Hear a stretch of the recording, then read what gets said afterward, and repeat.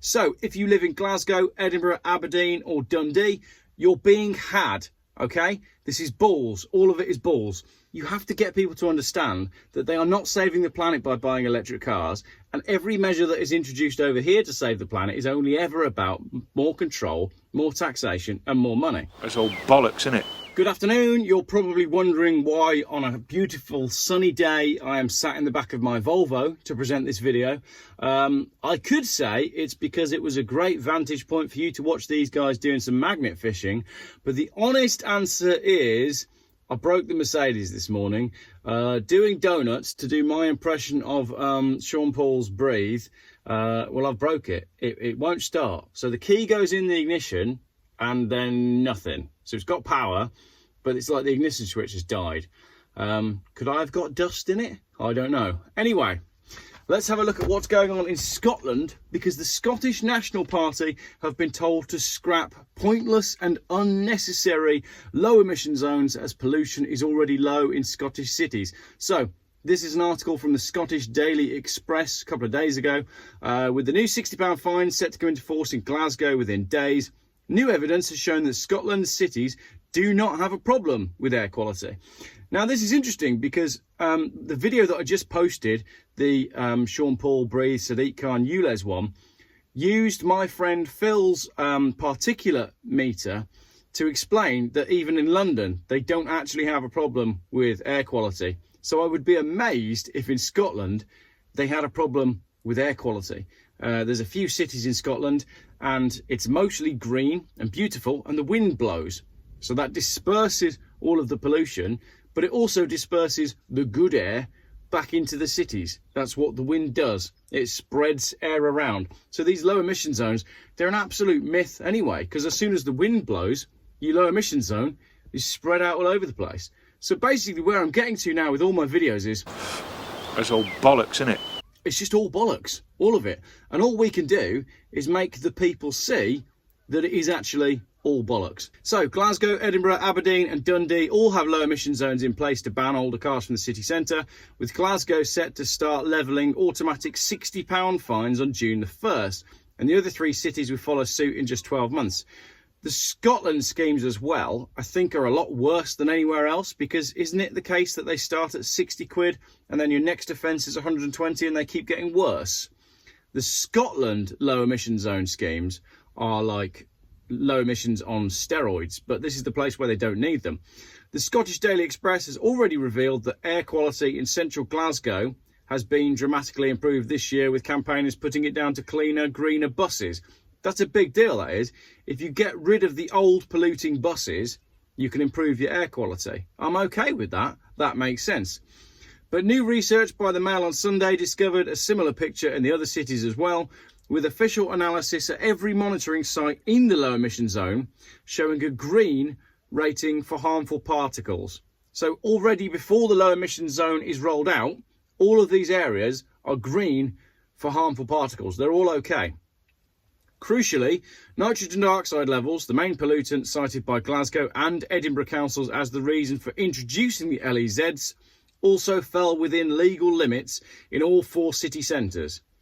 Commercial weather monitoring sites, meanwhile, rate the air quality in all locations involved as excellent. So if you live in Glasgow, Edinburgh, Aberdeen or Dundee, you're being had, okay? This is balls. All of it is balls. Scottish Conservative Transport spokesman Graham Simpson said, "If air quality in our major cities is within legal limits or even excellent, it can logically only mean one of two things.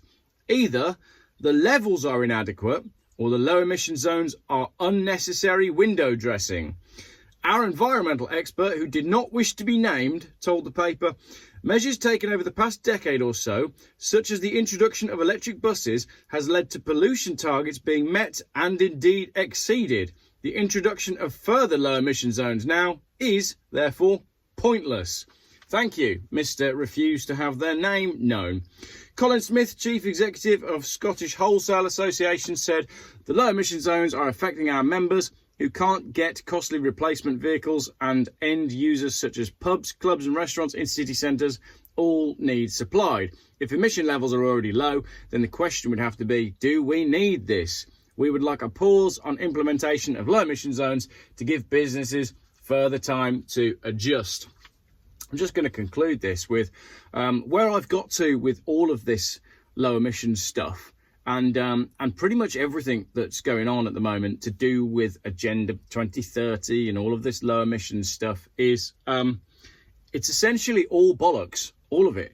When you look into it, there aren't really any of those schemes that set out to purely improve the environment or the well-being of wildlife. They're all only ever about money. It's only ever about money, okay? You cannot change the temperature of the planet by charging people money for it.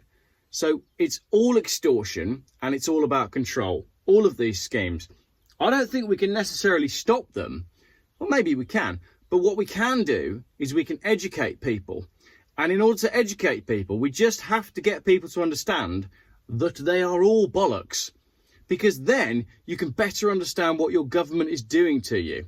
If you meet a stranger in the street and ask them what they think of low emission zones, they'll probably say, oh yeah, it's a great idea to have low emission zones where the air is cleaner.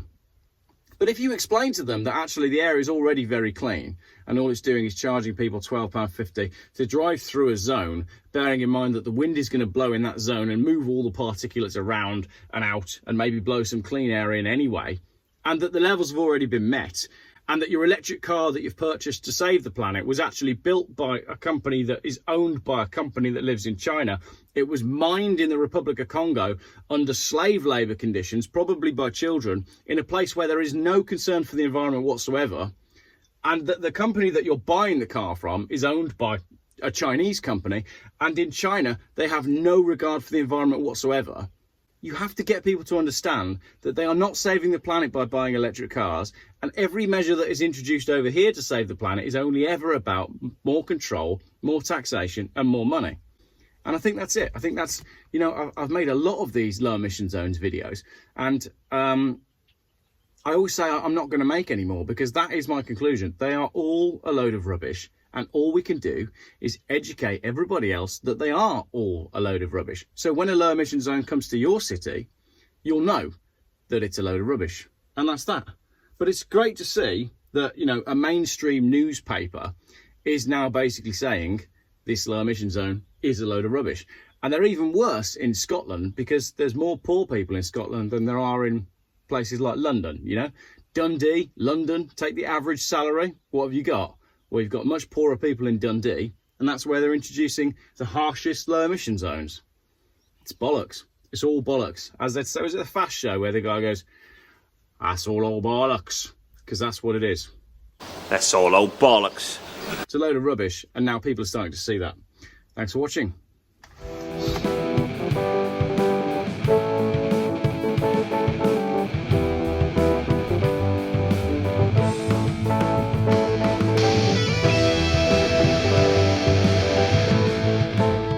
Geoff buys cars. Still, YouTube's most boring car and conspiracy and conversation channel.